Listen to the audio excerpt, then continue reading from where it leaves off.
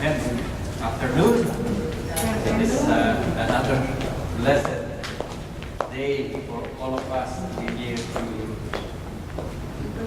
praise God and declare His glory and honor and praises. Thank you, President Worship, for leading us with those beautiful songs.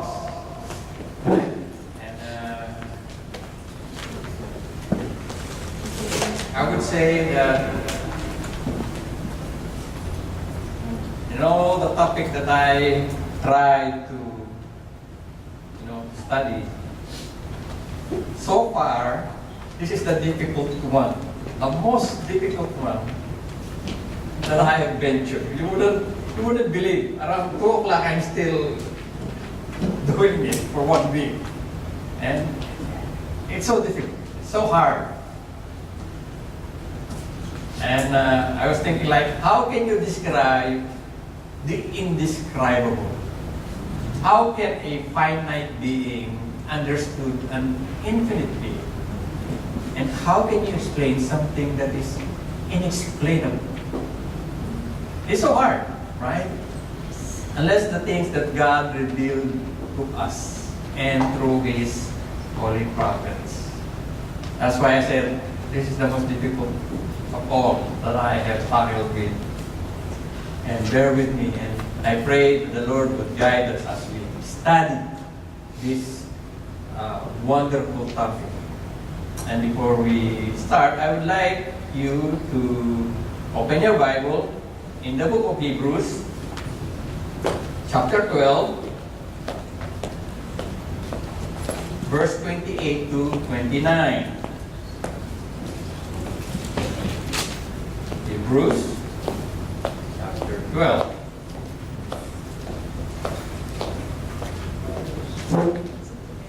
(28 to 29). I will be reading it in the New King James Version. It depends on your translation, but I'll be reading it in New King James Version. Therefore, since we are receiving a kingdom which cannot be shaken, let us have grace by which we may serve God acceptably with reverence and godly fear, for our God is a consuming fire. Let us pray. Father God, again, O Lord, we come before your holy presence, O Lord, we bow down before you. We pray, O Lord God, that you would guide us as we study this topic, O Lord, and from you, O God. We pray, O Lord God, that your Holy Spirit will be the one who would guide us in all the truth. And we pray, O Lord, that you would open our eyes and our minds, O Lord, that we may comprehend the mystery of your being, O God. We humble ourselves before you, O God, and rely on your wisdom. And I pray, O Lord God, that you would touch our heart and remind us of the truth of your word, O God, that you are a holy God, and that we should be holy to those who approach you.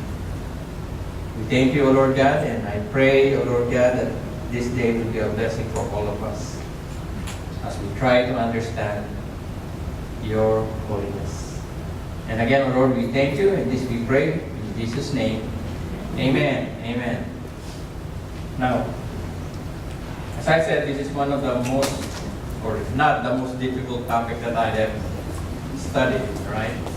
This is from the New King James Version. There is a slight difference from the New American Standard or with the NIV. And the difference would be somewhere here. Let us have grace. Right? Let us have grace. Maybe in your translation, let us be grateful.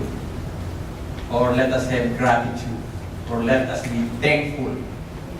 Yeah. So depends on your translation, right?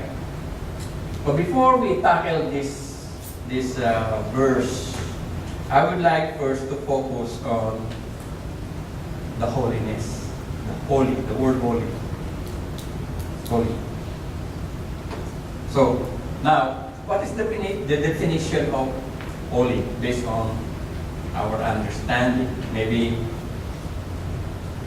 when we see a picture, when I was young, I see a picture. If I see a person in the picture and he has a halo on the top, I said, oh, that's a saint. It's a holy man, right? And I said, okay, that's a holy man, or that's a saint, right? Now, by definition, we could maybe categorize it into two major ones, and that is morally and spiritually excellent. That is what they call holy, moral perfection. Meaning to say you are good, right? Morally and spiritually. You are righteous and good. So that is one definition. When we live a life that is morally acceptable, then we will say that you are a holy person. Now there is another word that is used with holy, and it means to set apart.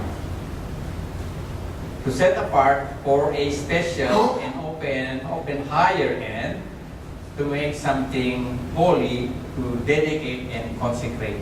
Meaning to say, to set it apart from what is common. Right?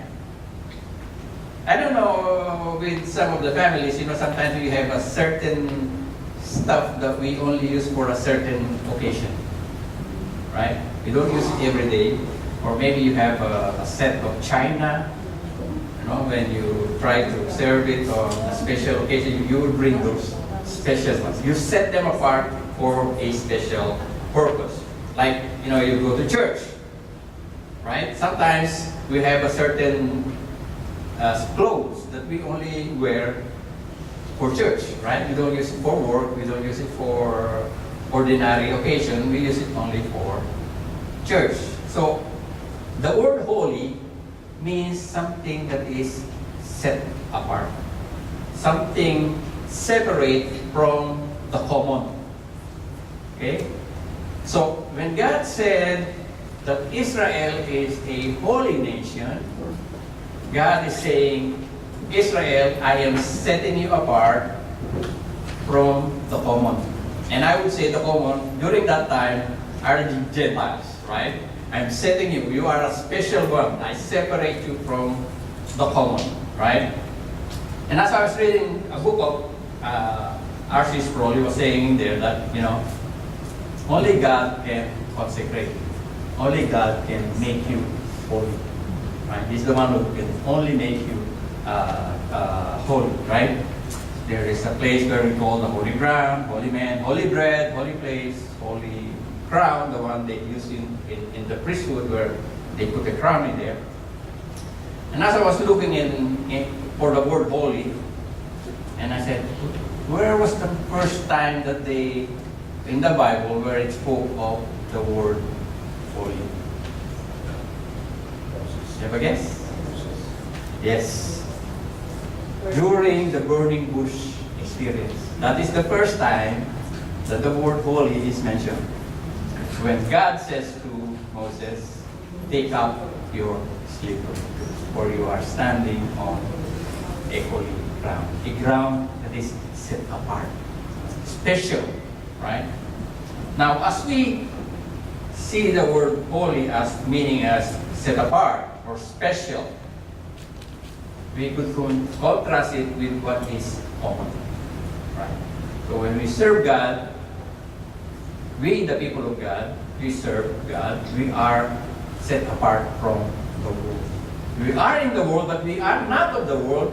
We were separated from the world, right? Now, in the Old Testament, we could see many, many times that the Lord commanded His people to consecrate themselves.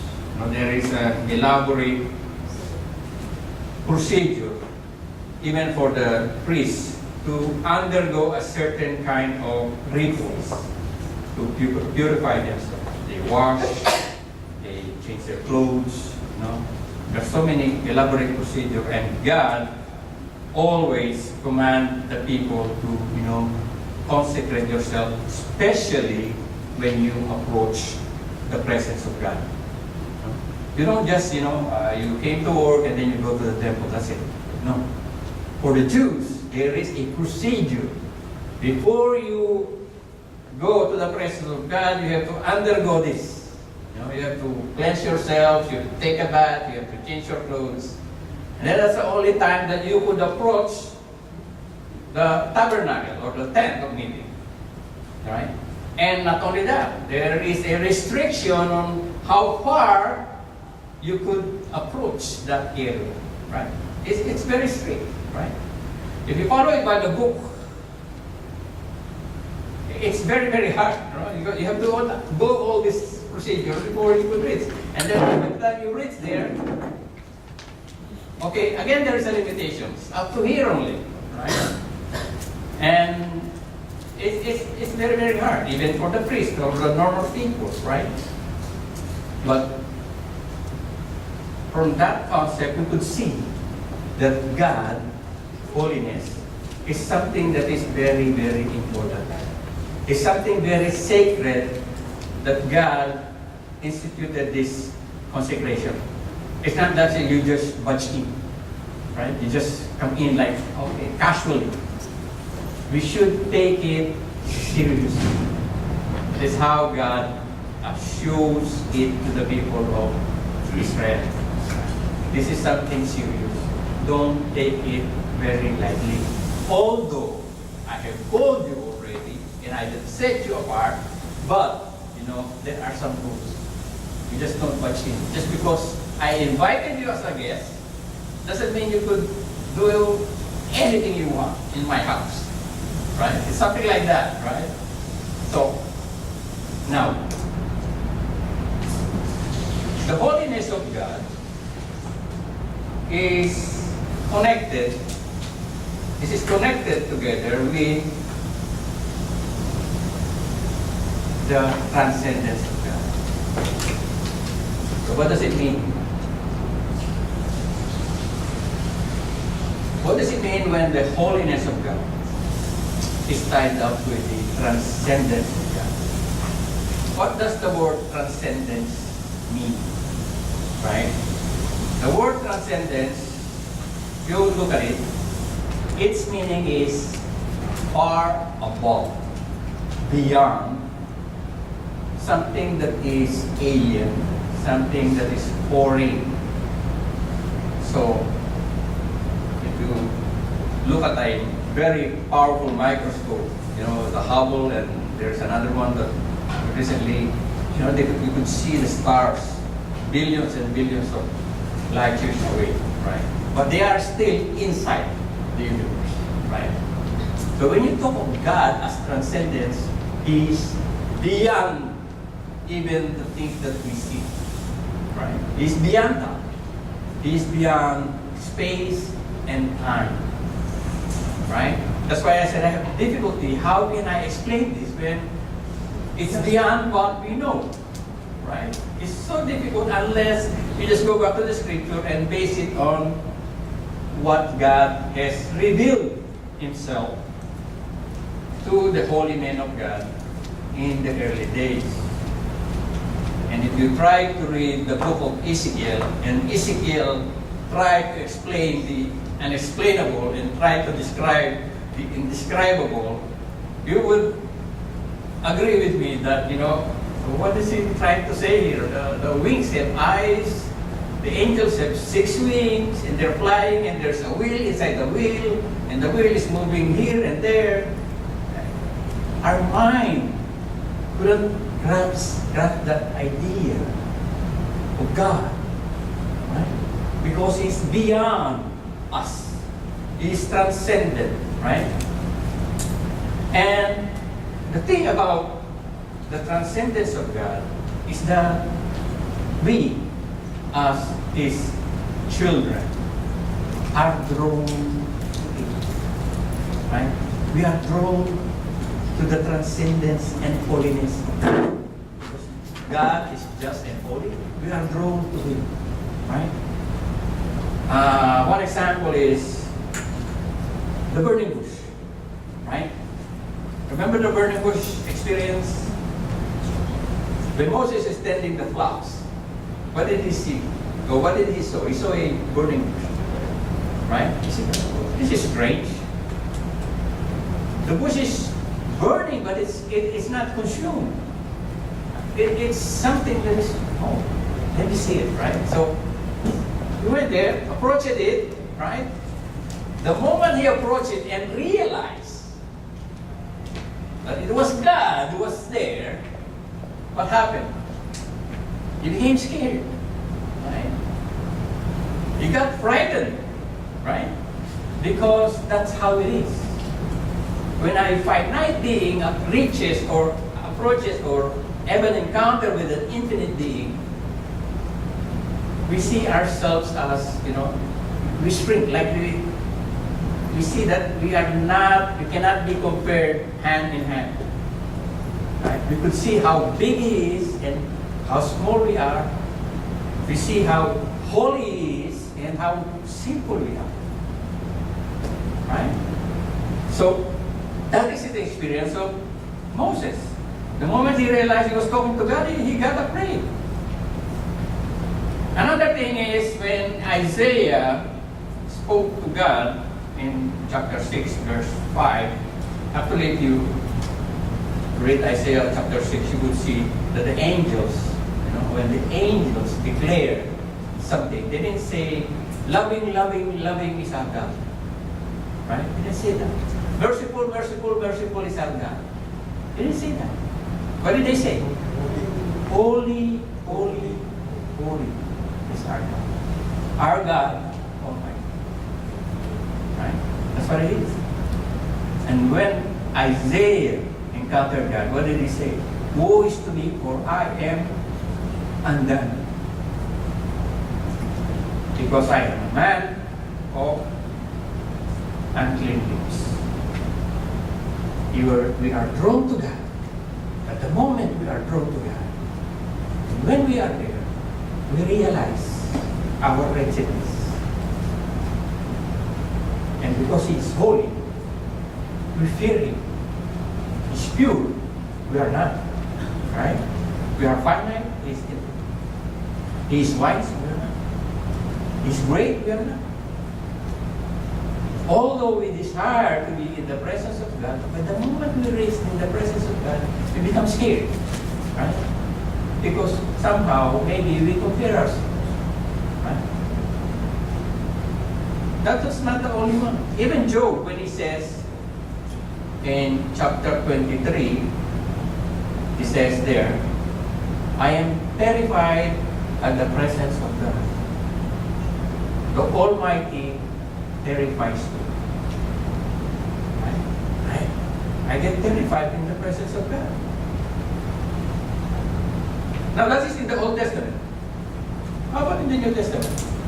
Remember when God, or when Jesus called His disciples, first time He called Peter.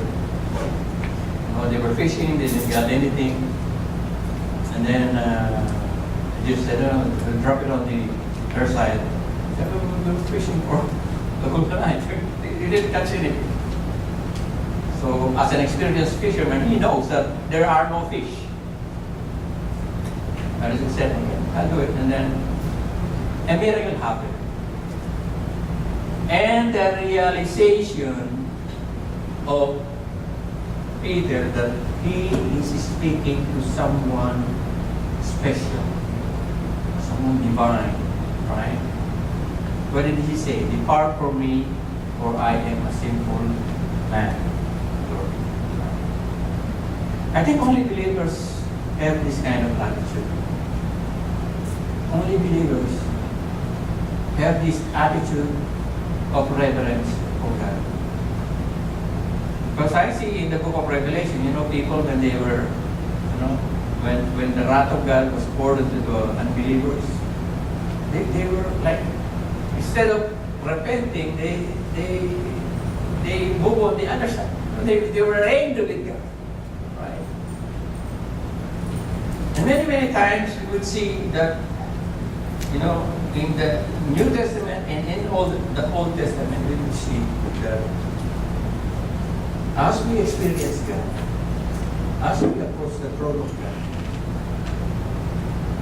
I believe the Lord is working in our heart. We approach God, although God has said, you should approach me with confidence. Also found in the book of Hebrews. Let us approach the throne of grace that we may find help in time of trouble. Right?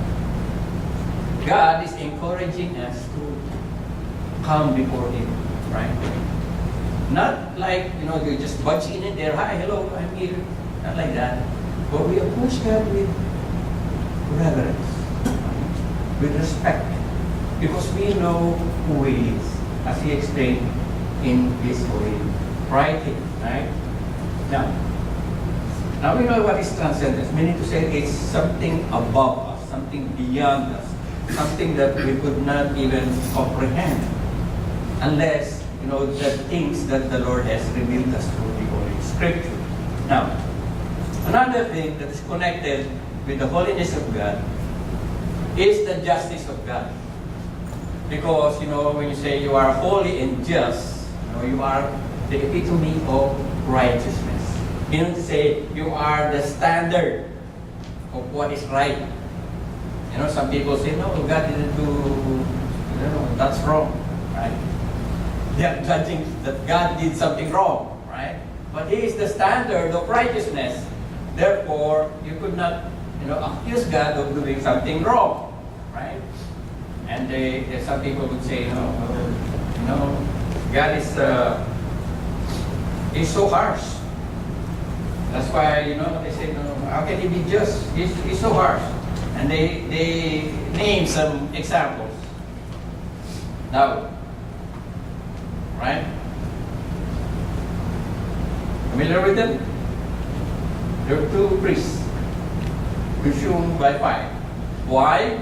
Because they offer a strange fire. These are sons of Aaron, Nadab and Abihu, right?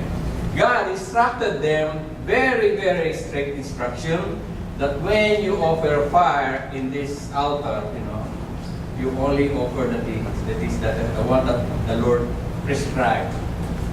This only, right?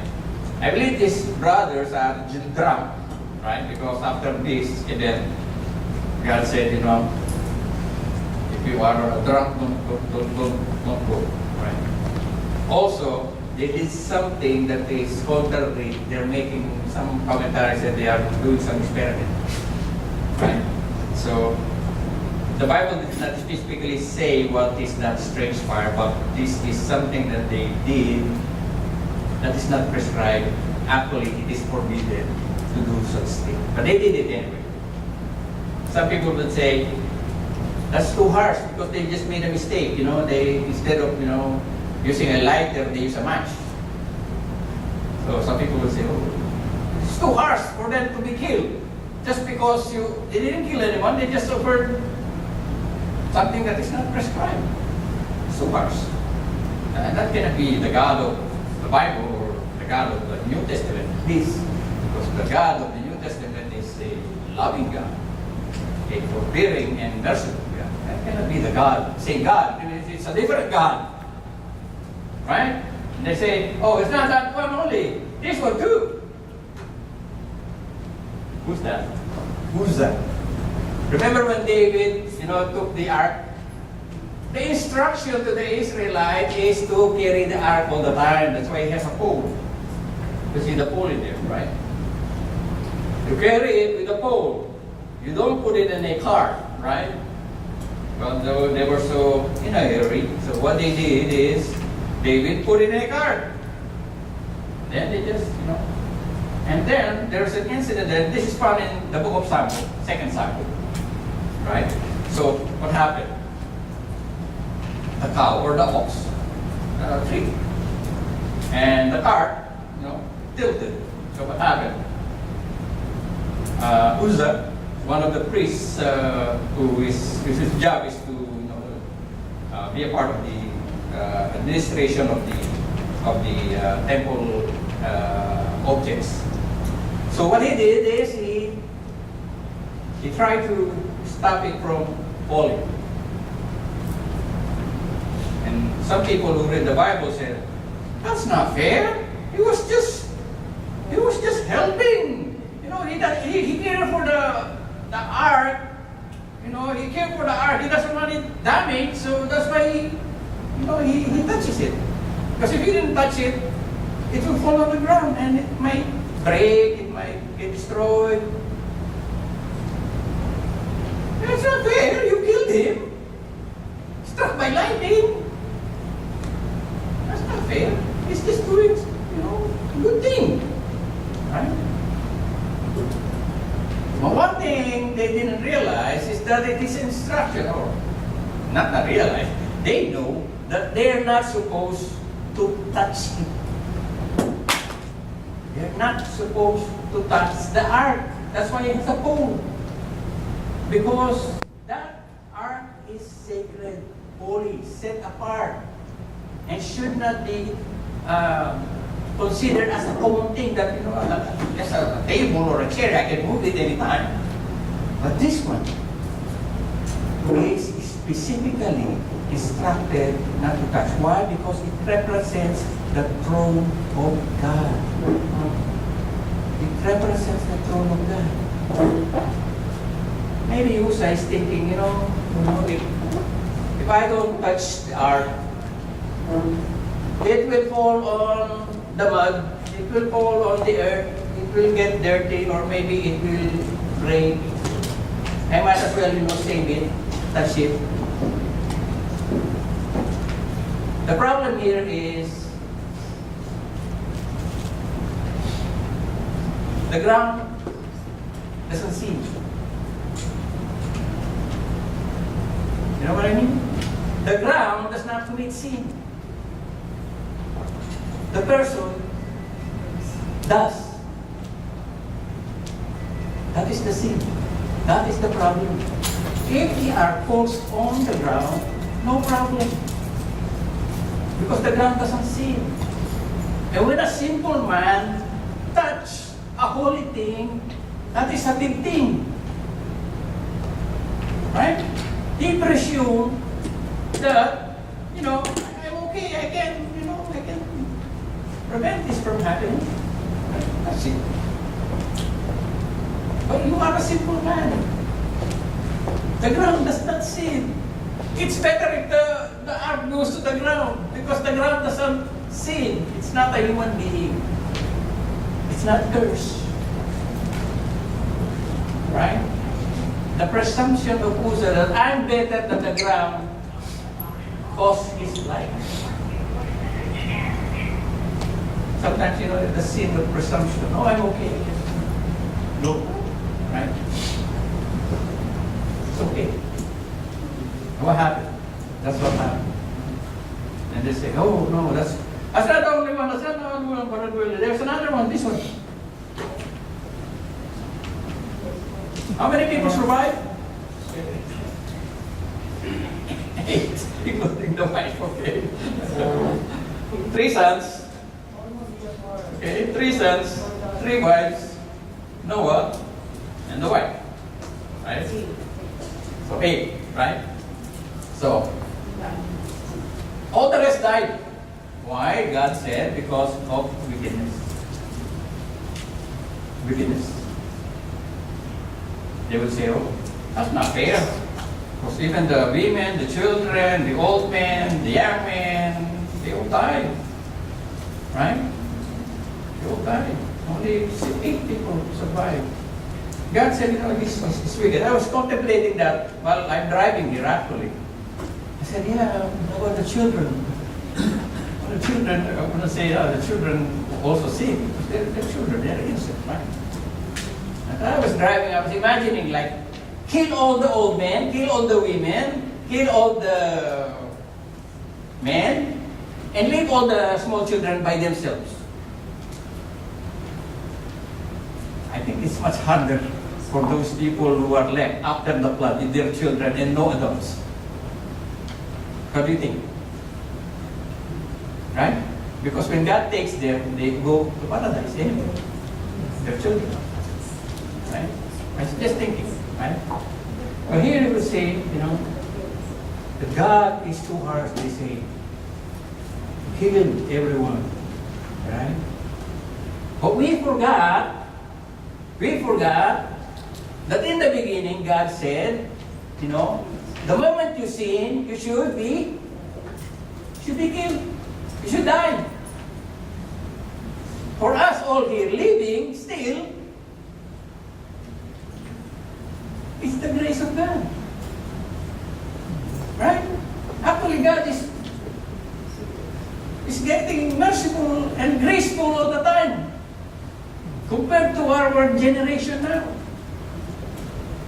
I was reading an article and they were saying, justice denied or delayed is justice denied. He said, when Adam and Eve, they sinned, you should have killed them right away.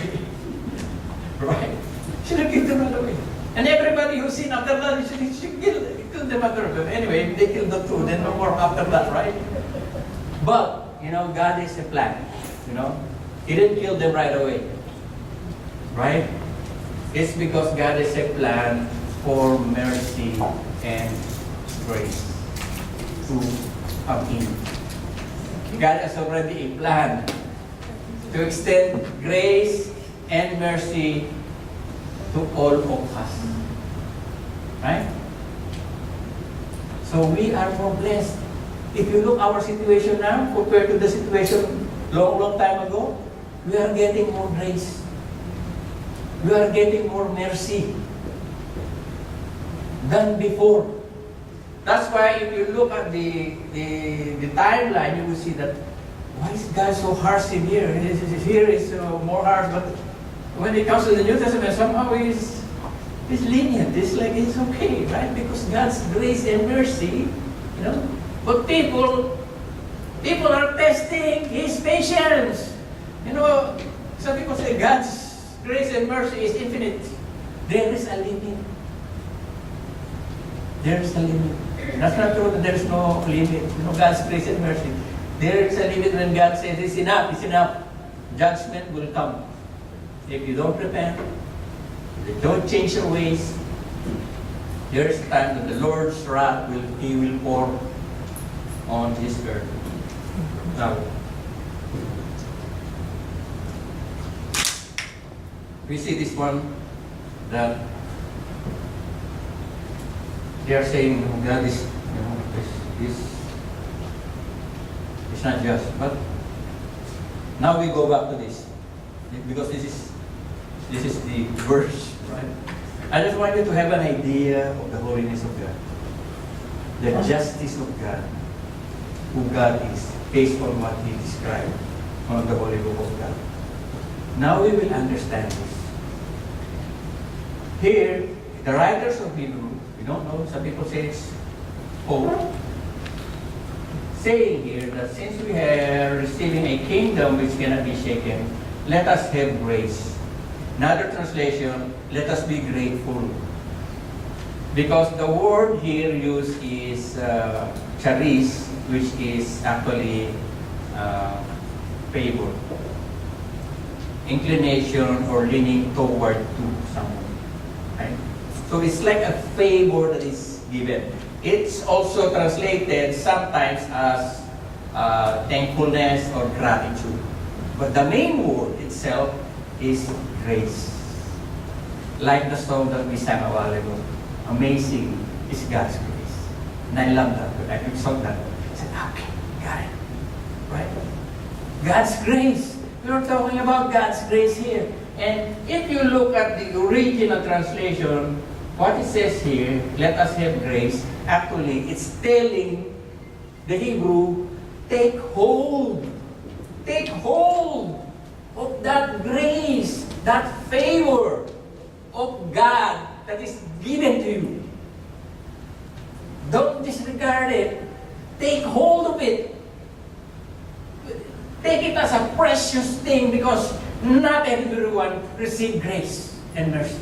Some receive justice. Okay? If we want justice, we are all dead. Because the penalty of sin is death.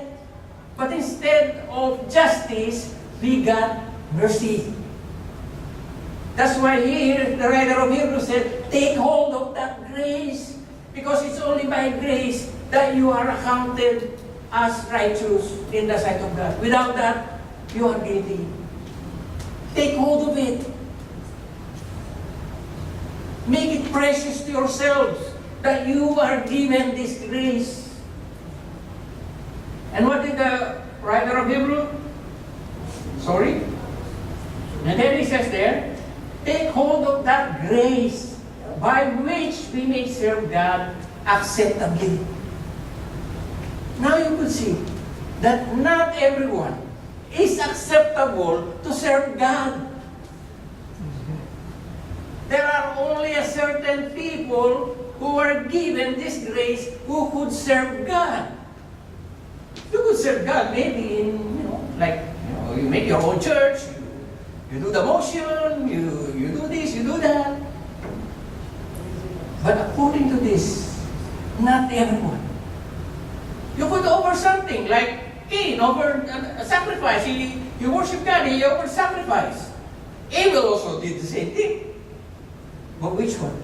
Did both of them were acceptable? No. So this is what Hebrew is saying. Take hold of that grace. Because that grace is not given to everyone.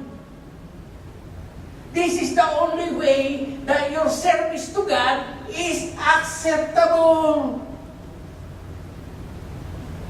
Without that grace, it's not acceptable. Because pagan can offer to God as well. Right?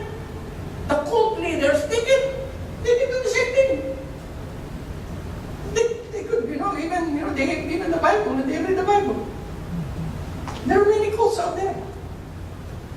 They think that what they do is acceptable before God, but it's not. Only those people who are recipients of God's grace are allowed to serve God in an acceptable manner. The rest are not. They think it is, but they're not. Right? That's why how precious that grace is. Take hold of it. Take it as precious. Right? But there is an additional words in there. But God has given you this grace. God has given you this favor so that you could serve God acceptably, but don't be cocky. Don't be just, I'm saved, I can do anything, Do it with reverence and awe. What is reverence? Do it trembling, with fear. You are given access to a holy God, a transcendent God that is beyond what you could even think of. And then you just like Babe Ruth. Babe Ruth, when he went to England, he saw the king, and I'm king. That's why the writers of Hebrews says here, even though you were given an access to the throne of grace of God, you shouldn't be proud, you shouldn't be cocky, you shouldn't be, I don't know the word because my English is limited. You should not budge in like, you should approach God always with reverence and awe, with trembling fear, godly fear. Because not everyone gets Him. And we should be thankful. That's why the writer of Hebrews is emphasizing the holiness of God. Yes, God has given you an access. But you should not take it lightly. You should always approach God with reverence and awe. And I hope that we don't lose track of that. That every time, although we were given access to a holy God, we shouldn't act proud. We should always approach God with humility, with reverence, and with awe. Let's pray. Father God, again, Lord, we thank you today as you remind us of the great truth But we are saved by your grace, O God. We should take hold of that grace, that favor towards us, that you have allowed us even, O God, to enter your holy throne of grace, that we may find help in times of need. We pray, O Lord God, that you continue to purge us, to guide us, to enlighten us by your word. And I pray, O Lord, you continue to grant us the strength that we may live a life that is pleasing and honoring to your holy name. This we pray in Jesus'